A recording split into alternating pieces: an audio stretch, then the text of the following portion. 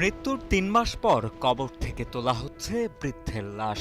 রেখে যাওয়া সম্পত্তির ভাগ বাটোয়ারা নিয়ে সন্তানদের দ্বন্দ্বে মৃত্যুর পরও আবারও ফিরতে হচ্ছে ময়না তদন্তের জন্য।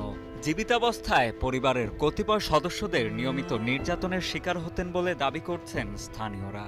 কথা ছিল মৃত্যুর পর অন্তত পার্থিব সব কোলাহল আড়াল করে চিরনিদ্রায় শুয়ে থাকবেন কবরে। তার জায়গার সম্পদ তার মরেও তো শান্তি হলো না, তাও সে পিছন মুখে তাকায়নি, বাপে কিভাবে বাঁচবে সেই চেষ্টাই করেছে।